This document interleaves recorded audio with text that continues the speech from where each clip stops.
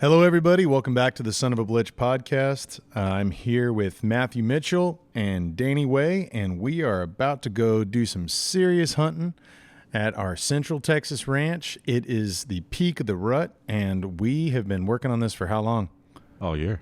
I mean, it's been crazy. Like we've probably about once a month we get out here and we get all sorts of work done. I mean, we've spent numerous hours on the tractor mowing these fields. Of course, every time there's something that happens where we're fixing, feeders and we're fixing the tractor, but everything is completely dialed in. I mean, I think my buddy Jacob the other day when he came out here, he's like, well, the mower's working. I mean, it is like the fields are ready to go. And, this is what we look for. It's what we wait for the entire year is this hunt. So I'm pretty excited about this. What about you, Uncle Danny? I am excited about it. Of course, I enjoy the mowing myself. I enjoy coming out and spending a whole weekend on that tractor and making this ranch look beautiful. But the feeders are all working good. The camera's working good, and there's some big boys out here waiting for us. Yes, there is. We probably got, I think, about 5 shooter bucks this year. Got at least 3 that are mature at the 5.5 or older age class is what usually we're waiting to shoot. There's a couple that are about 4.5 years old that we determine those as culls. They're really not the best rack. Maybe they're really small, or maybe there's a lack of brow tines, whatever it may be that we determine for each one. But we got about 5 of those. The hogs just showed back up on camera last night, so we're hoping to see those. We got 5 of them running around. We've seen them a few times when we've been out here working. We jumped them up the other day. They were in some low kind of creek beds cooling down in the middle of the day. Uncle Danny and I were driving around with the family, and we saw those jump up. They stayed on the other neighbor's pasture, so we didn't really get a shot off, but we knew they were faster than we were, that's for sure. This time, but not anymore. Now we got about 2,000 feet per second faster with our that's right. Our rifles. We had our pistols out last time. We jumped out of that Polaris real fast and went after them, but they never crossed in front of us. I got to say, too, we've set the stage. I mean, we arrived, we put the guns up down the shooting range. I mean, we all sat in the little platform on the shooting range, and everybody's hitting the target at 100, 200, and if you're George, 300. And we're really excited. We haven't made much noise. Like I said, we just got here, and that's what's really exciting is that we're trying to get on the mic right now to talk about the excitement level that's been building over this last year, all the work we put into it, and now we can actually kind of reap a little bit of the benefit and just come out here and relax and get away from city life and whatever else, and this is the natural environment, and this is what's the most fun to be in right now. Absolutely, and the texting we've been doing between the 3 of us for the past 2 weeks has been fun too, because every time new pictures come up on our telephones, we talk about what deer we're seeing, and we've talked about what stands we're going to sit in, and it's been exciting. It's been exciting for me just looking at that stuff and talking to you guys about it. Yeah, it goes right into the management too. I mean, we all have iPhones, so we're sharing a note on Notepad that has all the picture of the particular bucks that are available or on the list, or however you want to say it, and then obviously there's the pigs that George referenced earlier. So yeah, that's called the no excuse list. The no excuse list. They exactly. show up. Yeah. So if you see one, you got to look at that iPhone to make sure we're shooting the right ones. That's always a little nerve wracking because depending on whether a deer's in the down position eating, or if it's sideways, or if it's looking straight at you, I got to see one for a little while to make sure it's the right deer. And it's the one we want to take. But George spoke about the cull bucks, and they eat just as good as the big bucks. They sure as heck do. We're going to take them down. They also chase the does just as good, too. They sure and do. We are here during the rut, and that's what's really interesting, too, right now. Warm weather. It's going to be cold later, but, I mean, doesn't really matter. I feel like the rut can trump all. Absolutely. And we were talking about the fact that these we have these cellular game trail cameras, right? So we have some that work all the time, some that, maybe they'll go off if we don't have the best signal or whatever, but they're still taking pictures. So later on tonight, we'll go around after this hunt and we'll grab all the SD cards and look through those. But a lot of the ones that we're seeing out there, there's not a lot of the bucks that we've been seeing for weeks previous. They're not out there every day, because sometimes you'd see them and it's like, oh, yep, 3 target bucks at 3 different stands. Well, Matt and I were talking about this earlier, and I think the reason we may not be seeing them at the feeders is because they're out chasing does right now. Absolutely. And hopefully that's the case. I think that is. I really do. This is, they say November 11th for Central Texas is the peak of the rut. Usually you have kind of that they're chasing a little bit before that. So, that kind of week before we're here, it's November 9th. And, we never know what we're going to see out here when it's rut time. And you could be out there in the middle of the day and see them and running around. So I'm excited to get out there. We're usually getting the stands, a couple hours before sunset. Today we might, extend that by about 30 minutes or an hour. Get about 3 hours in the stand. And, during rut activity, as a lot of people know, it could be any time. It could be all day. A lot of times you're packing sandwiches or whatever it is, and you're just sitting, in that stand because you don't know what's going to walk through at any point in time. And while we have those 5, shooter bucks that are on the target list, you never know what's going to show up here. And we also have seen a lot of melanistic deer that come through here. We know that there's a mature melanistic. There's some bucks that we've seen in previous years. And we just never know if they're going to show up. I mean, the story goes with a lot of different places. Someone will shoot a buck, and then you have no reference because it's never been on camera before, and you just never know what's going to pop out. And that's what's great. I mean, we've seen things like emu out here. Obviously, we've had some of the neighbors' cattle and stuff too that have shown up in the past, but you just really do not know what's going to come out. We've seen some cool foxes on camera recently, and that's something that is fairly new for here. I mean, we've probably the last few years we've seen some at a more regular basis, but previous to that, I didn't see him for the previous 10 years. Yeah, and he's been out every night, I think. Yeah. And we're not going after the foxes. I think the 3 of us here, some people may go after those and things like bobcats too. We just love seeing them. I know right now we're charging our cameras. I just looked down. I got a green light on my camera battery over here. We're always going out there and with our cameras and taking pictures of what we see too, because if some of these cameras we have some pretty extreme zoom on them, and sometimes we can go out there and really be able to determine with the camera, maybe it has more power than our scopes are, and we can really go and see, oh, okay, that one doesn't have brow tines. Oh, that one's broken off, so it normally has brow tines, so that's maybe not a coal. Maybe the ones that are the slick 6 is slick 8, and we say slick when there's no brow tines. It's our own little verbiage about that, but that's something that we try to make sure that we're identifying the right animals, that we're being ethical. We're practicing before. I think, speaking of ethics, like we said too, we go out there and we're making sure we're sighting in our rifles. That's a rule at this ranch, and both ranches that we hunt out with our family, is that we go out there and the first thing you do is you make sure your rifle's on, because you want to be able to make sure that you have that confidence that your rifle is going to do what you want it to do. I've definitely had some times before where I've pulled out my rifle and all of a sudden I'm not hitting that 10-inch, steel plate, and it's, oh, what's going on? Well, maybe you're something got bumped up or whatever. We load a lot of our own bullets and we've kind of dialed in. So on some of these rifles, unless something gets bumped, it should be set from one to another. We're kind of having it in the cases, putting it in our safes or whatever, but we're not really bumping it around and driving around with it, in our trucks or whatnot, to where it shouldn't be off. But you check it every single time. And George, another reason why we sight it, so we don't want to hit an animal in a spot that doesn't drop it, or if you hit it in a good spot, it may run 30 to 50 yards max, and then it's going to drop. But if you hit it in an area where it's not a kill shot, that animal's wounded, and you may not find it. It may run 150, 200 yards, and you don't find it, and it dies later. So that's another good reason we sight in these rifles. Absolutely. We don't do all these,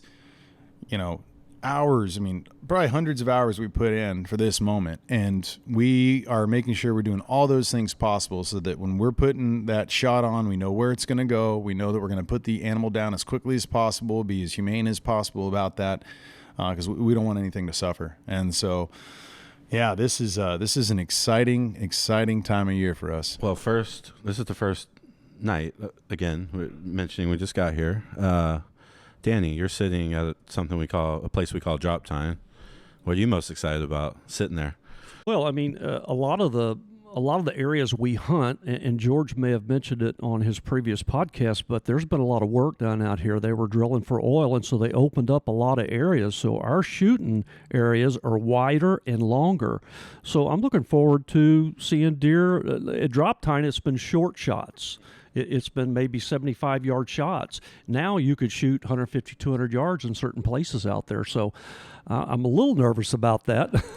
I'm older now, and I want to make sure I take a good shot. So, but you can see a lot further. I know where George is hunting tonight. You can talk about that, George. I'm going to be out in color, and just to kind of to rewind there on we had an oil company come out here, and they wanted to see if they could drill, and they call it the Serpentine Belt here in Texas.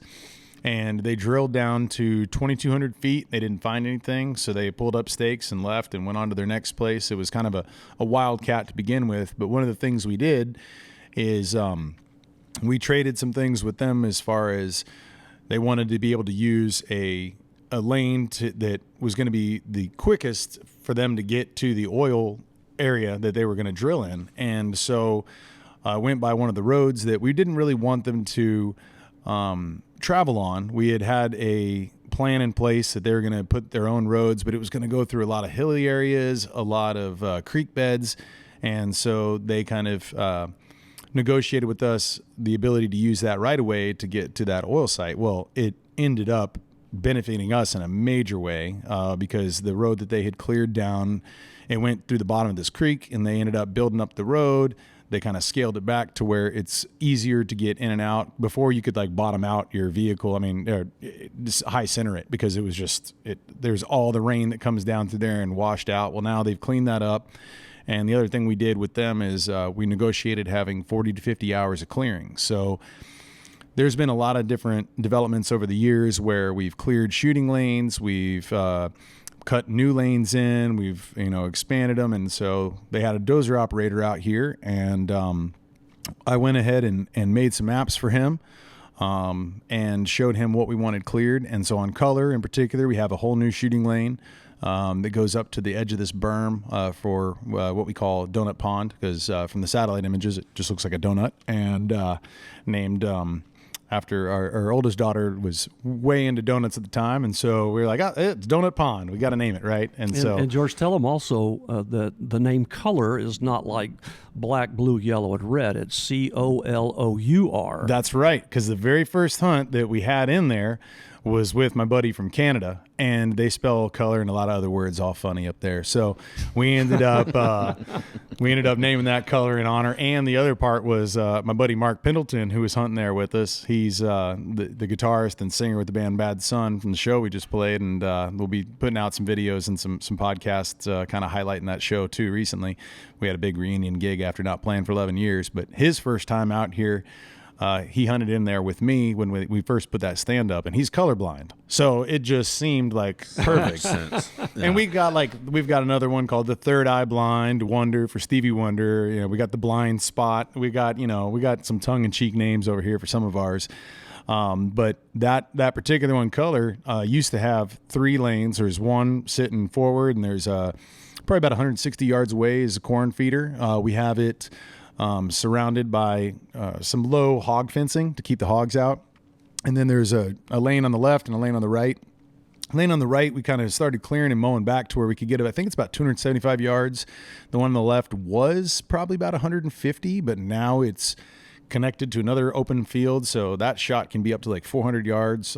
We cleared some brush, I guess, probably maybe 4 trips back, so that we expanded our view forward down this road in color. We added probably about another 50 yards or something like that. So that one's probably about a 225 yard shot. I was thinking about that. We these lanes, these shooting lanes that were opened up, and instead of being 100 yards to 150, they're now 200 to 250. So most of the animals are going to be crossing that far away, are not going to be stopping to eat corn. They're just going to be crossing. That's right. So we need to be watching those long shots, because you're not going to have a lot of time. That's right. If one's crossing up there. Now, of course, at the feeders, they're going to stop and eat. Yeah. But which makes it a lot easier for people like me. Us too. But that's and to that point too, what we did is we came in here, we've got a shooting range, it's right by the house.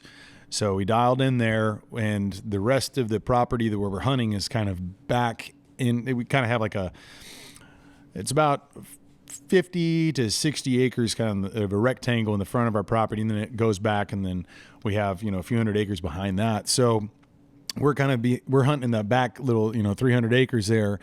And, we did not go and drive around today. We're not putting out corn in the roads. We're going to see what comes to the feeders or what's crossing.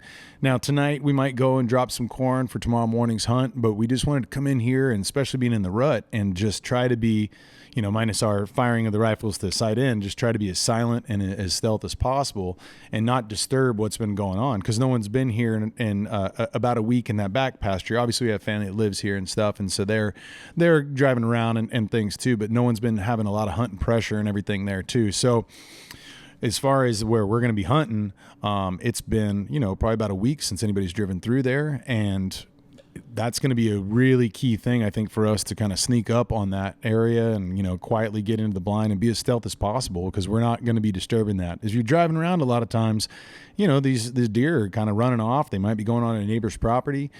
But, we try to be as quiet as possible beforehand. And I think that's going to be pretty key for us today.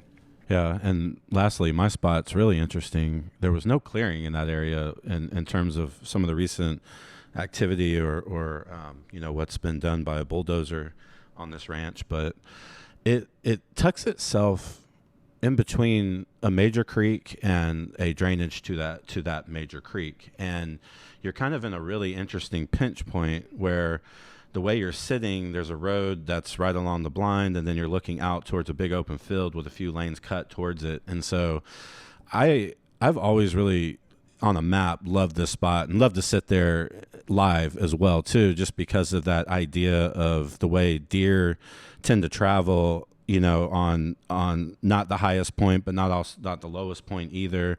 And in a big flood, like that area does get flooded. So, it's kind of at a elevation where you're not the highest point, but not the lowest point either. And it's a pinch point area. And so it'll be quiet over there. It normally is. And then all of a sudden you just have, deer crossing from left to right, just sort of moving from one area to the next. And right, the gray so ghosts, man, they just show up. Oh, yeah. So you never know what you're going to see there too. And I think that's and where you're hunting is called Wonder, and that one is you see a lot of travel kind of behind the feeders and stuff too, and they don't always stop at the corn feeder, but there's a huge travel corridor through there, so there's always deer that are coming has everything through. to do with those creeks too. Yep, I think absolutely. And absolutely, two of the biggest bucks that have been shot on this property were shot at Wonder. I think you shot Black Beauty there. Black didn't Beauty you? was there, yep. And my son Steven shot a 9-point, a big deer. Oh, that was huge. 3 years ago here. He's got that mounted in his house, and so Wonder's a great place to hunt.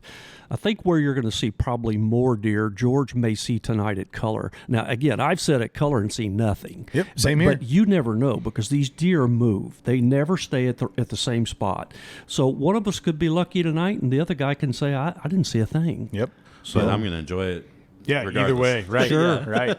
Sure. So, And it's at drop time. We have a pond nearby we call Walden. I went to school up in New England and stuff, and spent some time in Walden Pond actually, and so it's kind of transplanted the name there. But at Color, we have the Donut Pond, and we have some water sources over by the creek beds where Wonder is. You got water, so we have some areas that are going to pull them in, and we try to kind of bring our focus to those areas that, especially when it hadn't been a ton of rain here recently. We've had a little bit, but some of those ponds that we have are dried up. The one by the house, it's dry. And so any kind of water source that, obviously a lot of folks who hunt, that's pretty key. They're going to be coming in there, and that's where they're going to get their water. So coming to and from is a good chance for us to see something. Well, fellas, I'm looking at the time here. I'm loving it. I Let's think do this. we need to get our butts Let's out get in them there. stands and see what we got coming. All right. Well, we'll come back. Hopefully we have some success stories to share later on this evening. excellent. All right. Cheers.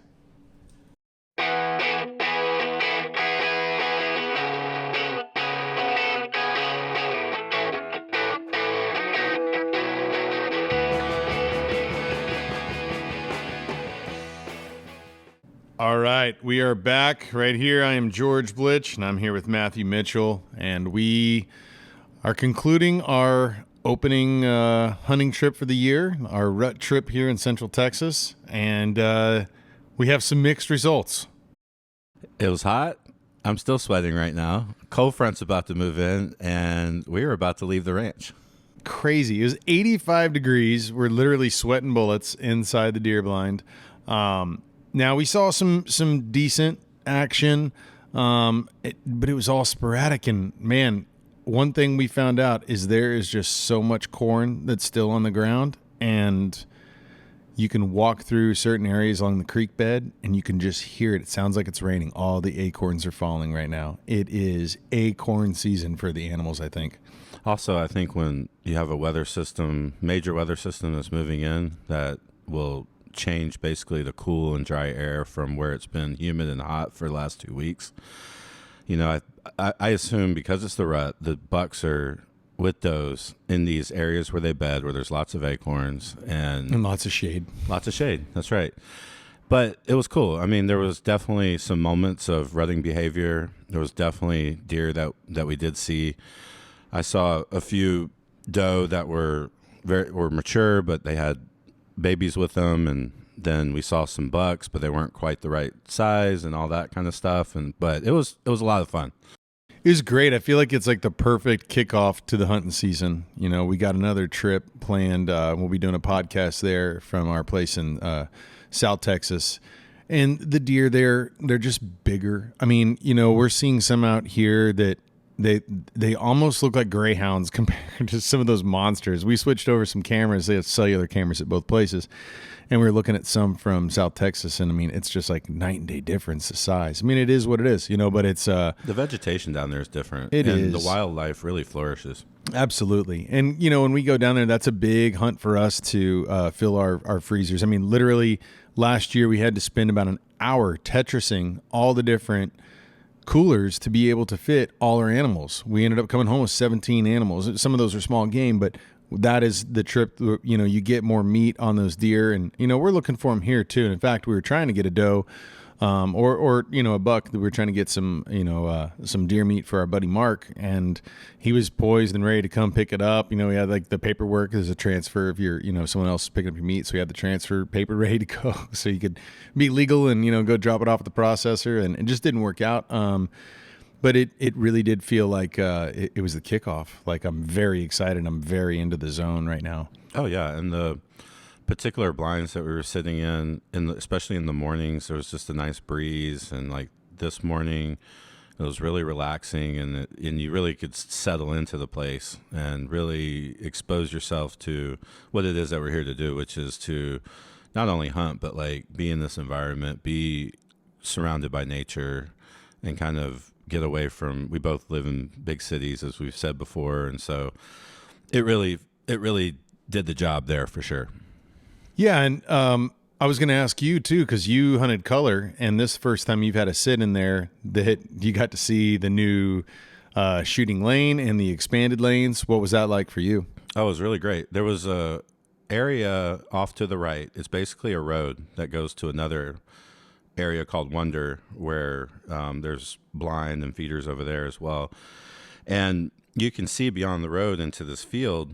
And I saw some deer moving there along the tree line, and this new lane where they were headed towards, you could actually see them continuing their path and kind of ducking into the tree line over there on the next lane over. That's new. And that was a really cool experience, because you always wonder where the deer went. Are they coming towards you, or are they going away from you? And now you really get to see that. And it's picturesque. There's a really beautiful oak tree down at the end where there's a little pond that has a levee surrounding it, and the grass is just growing in like this little 4-inch blades that are, I'm sure they're really sweet to all the wildlife, like the deer. You see the deer eating them, and so it's just like this bright green lush.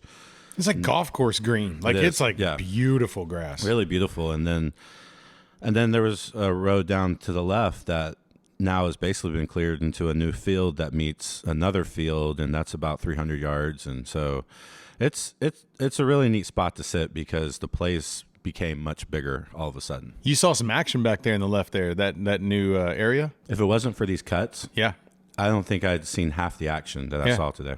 And that's what I mean. I love that just for the observational standpoint too. Now, you know, we're both equipped to take a shot at 300. So if there's a hog, there's a deer, whatever it is that's out there that, you know, we're confident, we've practiced enough. You know, we're continuing to expand our range of comfort. I mean, I was in Beast, which there's two shooting lanes, one 475 at the back, the other one's 455, and I had the most steady rest. And there was deer at around that 420 mark that I was like, I feel very confident about taking this shot. They didn't stop. I couldn't really identify them well enough, you know, and as far as like age class of the does, and I didn't know if there's any babies in tow too. So I was kind of like, I'm going to go ahead and, you know, but let that pass. But I really was surprised at all the times we've been expanding our range, like how that didn't feel like that far. And I mean, I got some good magnification and, you know, but the steady rest, and we kind of did some things. We cut some wood to have some better rests within the deer blinds. Cause some of these are like 4x6. You're kind of sitting on one side because maybe one side gives you more vantage points. The other one, maybe the sun's in your eye, you don't get to see a lane, whatever it is that, you know, how we're positioned. But we got some rests and we got some ideas for building some like kind of, you know, shelving that you had talked about today to be able to have a little bit of a better place to get your rifle steady. But I you know, when we get in these blinds, one of the things we're doing is we're checking to see, hey, if we're on this side, what's the best way to be able to shoot the opposite side? Do you use the chair back as a rest? Do you have something else that you're putting across, you know, a 2x4 that you're being able to steady yourself on? And you get in there and you get yourself situated, you know, especially when it was like 85 degrees out and it's super hot. Nothing was running at the time. That's when you figure those kinds of things out. Okay, now I'm here. Oh, this is what this is. Okay, the sun's over there. Okay, if it's in your eyes, you need to sit to this side. Whatever it is, get in there and, you know, at least I highly suggest, I'm not telling you to do it, but, you know, get in there and figure out what is going to be most comfortable. Pull your rifle up. Okay, if something's over here, what's it look like? Is there something in your way? And then one of the other things we did was take a bunch of notes on all the shooting lanes and, man, we got this tree that's leaning down. And we would take video and texts and things to each other or, you know, notes on our phone. And we can go back later on and clear those. And even if it's at nighttime, we can clear those because we know, okay, there's that big one. Okay, yep, that's the one. We got to knock that out. And then all of a sudden we have an extra 40 yards width vantage point because we've cleared that out. Yeah, we keep it trimmed throughout the year. So when there is that one that sort of leans over a little too much, it's pretty easy to maintain. You were just speaking about the spot where you have that 400 plus yard shot or several of them. And that place is called Beast. And I was sitting there last night, and what was really cool that really got my heart racing, and it was just one of the neatest things I've seen in this part of Texas, was a melanistic doe, and which means that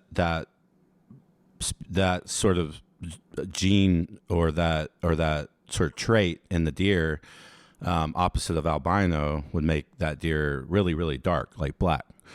And so I'd never seen that before. And she comes out, you can tell that a buck was chasing her, and she was about 2.5 years old. So definitely not a shooter doe yet, but the buck that was chasing her also had a really beautiful 8-point rack and looked real healthy, but he was also a little bit young, probably like 4.5, somewhere in there in terms of his age.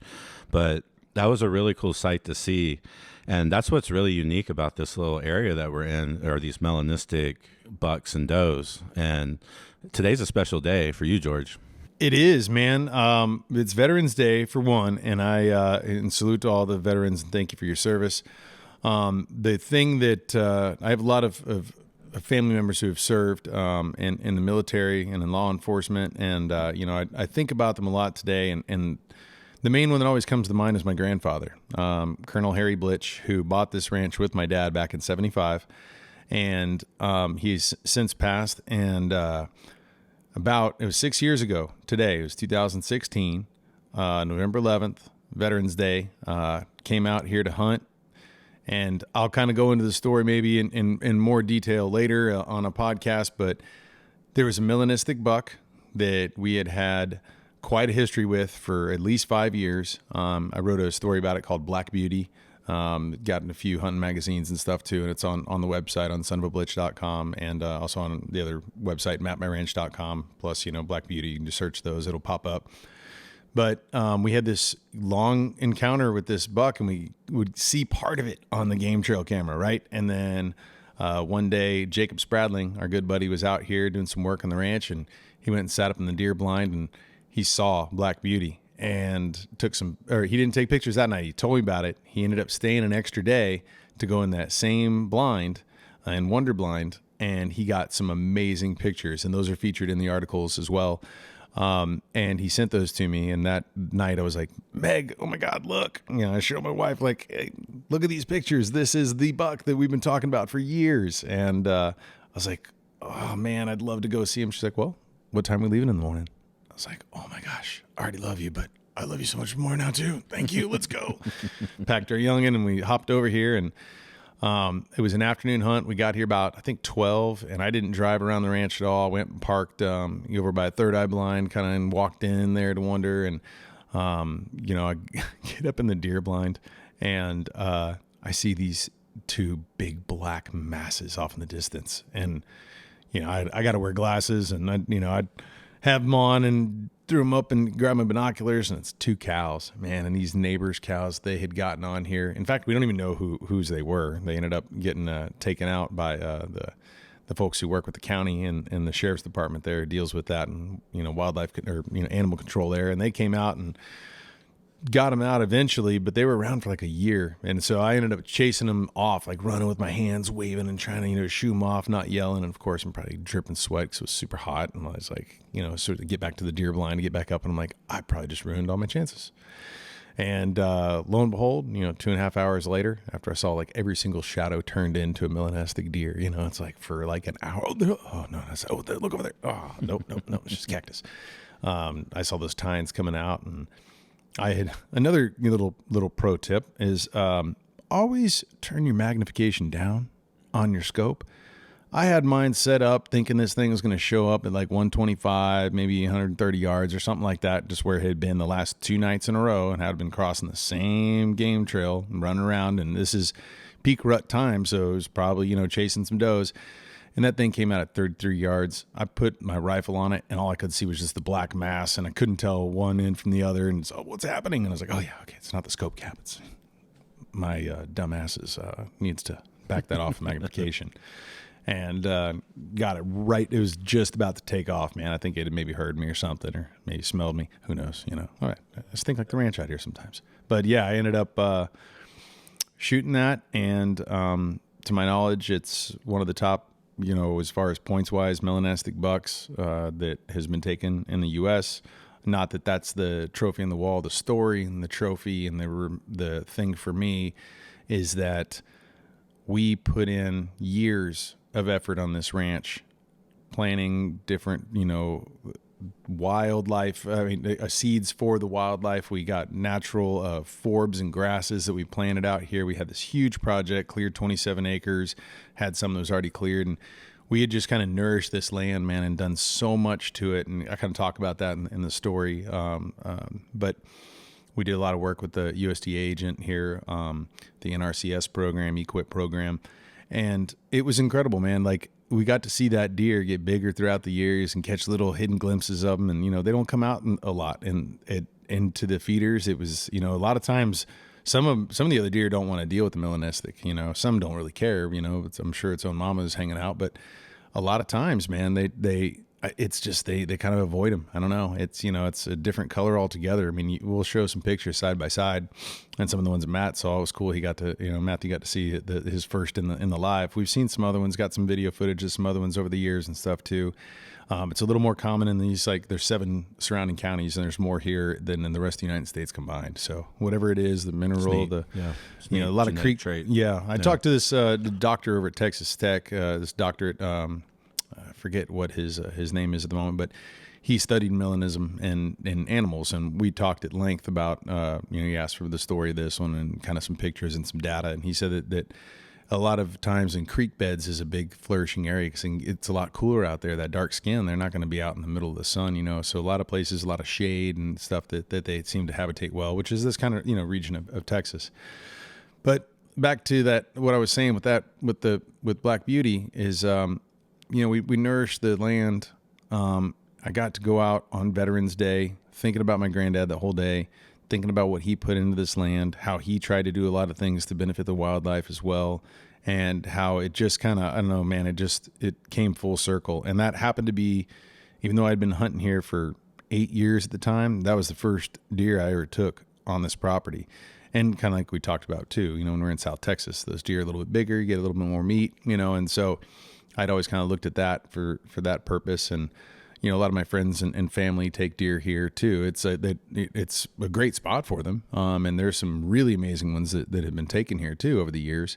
But, we're mainly meat hunters, and, but that Black Beauty is, it's mounted. I got a shoulder mount. Yeah. Everyone's like, you get a full body mount? I'm like, no, I don't even know what those cost. I'm afraid to find out. But I got a shoulder mount, and, every time I look about that, I think about my granddad, think about all the hundreds, thousands of hours of work that we've put into this place and benefiting the wildlife, the habitat, leaving it better for future generations, thinking about those 7 generations down the line. And it was just a very, very special deer. And it just so happened to be yesterday when we were picking out blinds, you're going to be in color. And I was like, I'll go wander. It'll be near you. That way you can kind of see, what's in that little region. I was like, what do you know? Here I am this morning, kind of meditating on that while I'm in the deer blind, thinking about, oh man, this is 6 years ago today. That's where Black Beauty was. And, thinking about my granddad and, my cousins, a lot of folks who have served, man, and just thanking them for all the freedoms that they give us and the abilities that we have to come out here and do this kind of thing, man. I mean, my hat's off to them. All first responders, everyone, man. I got nothing but love for those people and respect. Absolutely.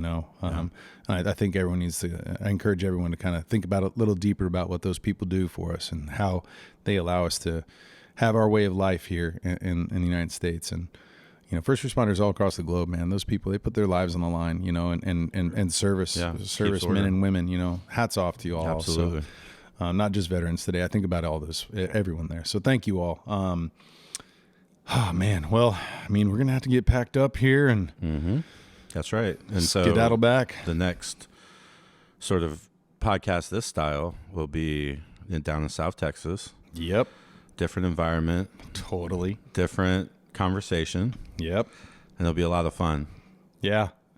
It's going to be a blast. And you're not hearing Uncle Danny right now with us. We're going to come back and have another podcast with him sometime soon. It was fun to kind of get him on here and have time at the ranch with him. He's an amazing man, great worker, great family man. And so, yeah, you'll hear his voice again. But for now, George and Matthew, we thank you for listening. And thank you. Stay tuned for more hunting tales. Yes.